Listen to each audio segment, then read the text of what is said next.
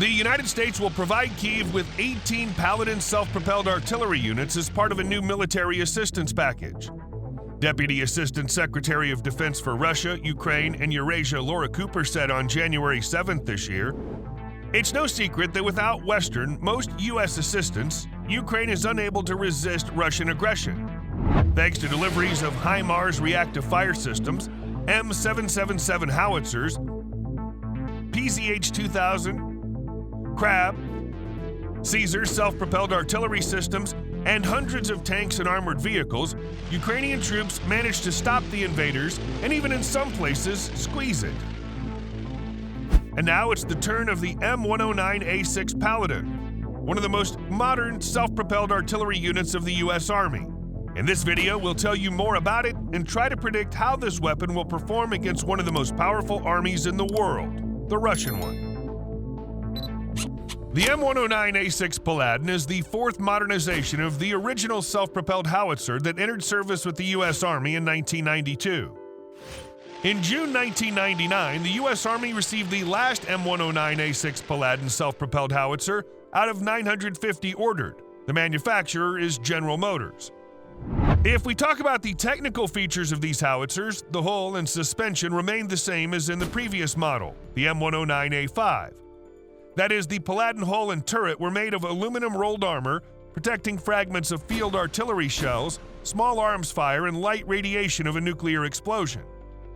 The stern and sides of the hull were mounted vertically with the upper hull plate at a steep angle. The roof of the hull was horizontal. The stern of the self-propelled vehicle was fitted with an enclosed all-round turret with an almost semicircular frontal plate. Rear opening rectangular hatches were made at the sides of the turret. The self-propelled machine had a Detroit Diesel Corporation DDEC AV71T engine with an output of 440 horsepower and an ATD XTG 411-4 transmission. The main armament of this self-propelled machine is a 155mm M284 howitzer with a 39 caliber barrel, installed in the turret of the M182A1 gun carriage. It has a range of 15 miles when fired with conventional ammunition and increases to 18.5 miles when fired with active rocket-propelled grenades. Compared to the previous version, however, the rest of the equipment has undergone significant changes.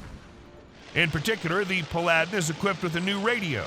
An automated fire control system appeared, which combined an inertial navigation system, weapon sensors, altitude sensors, and a digital cryptographic data transmission system based on fast-frequency tuning to counteract the enemy's REB. There's also an onboard ballistic calculator, a navigation system providing automatic gun guidance, and a Navstar space radio navigation system receiver. All this allows firing from a short stop. Already in 30 seconds, the SAU can open fire. And with the same accuracy as the shots made in the previous parking place, this also allows for paired rather than battery firing tactics, which increases survivability in counter-battery or air attack situations. Internal ammunition and ammunition storage compartments have been improved. Their safety and capacity have been increased from 36 to 39 rounds. The Paladin can fire M982 Excalibur guided missiles thanks to a new navigation system and Navstar space radio receiver. Thanks to the jet engine, the range of such a projectile is 25 miles. In Iraq, 92% of the projectiles land within 13 feet of their targets. The number Paladin crew is 4: commander, driver-mechanic, gunner, and loader. The result is a modern automated weapon system capable of responding quickly to targets, hitting fairly maneuverable targets, and with much better protection. Charging is carried out by an automatic hydraulic system, but a semi-automatic charging system is also possible. The Paladin is equipped with a 12.7mm M2 machine gun mounted on the right side of the turret. The M109A6 Paladin is capable of operating independently without technical assistance.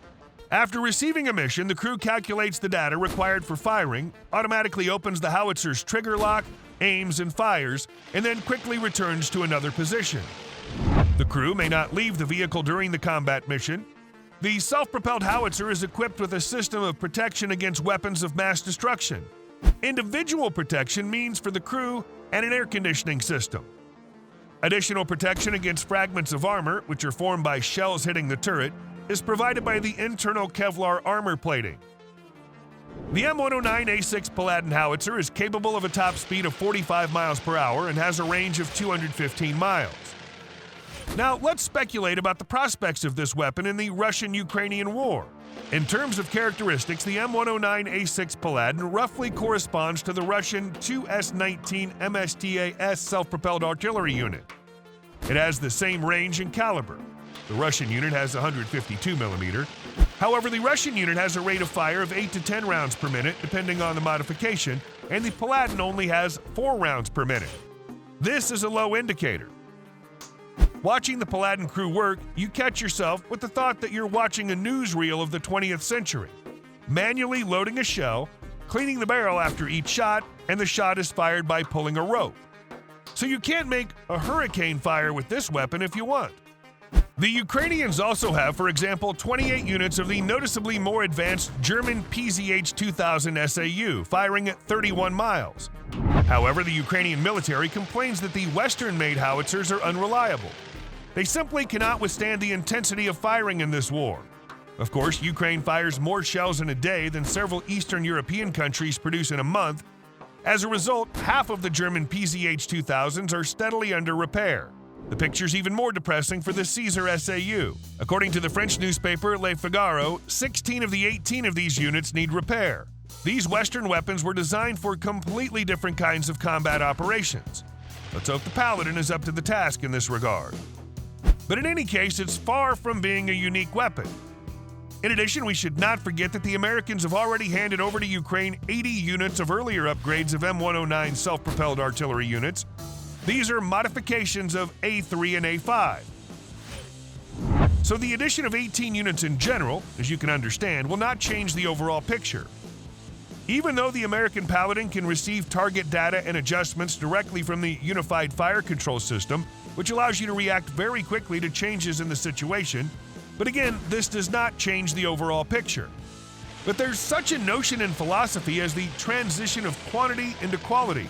Gradually saturating the Ukrainian troops with modern Western weaponry, it's possible, after all, to overstep some limits and reverse the situation in its favor. As the saying goes, water cuts stones. The only thing is that it gradually happens fast enough. The Russians are getting stronger too, and Western help may be too late. But let's be optimistic.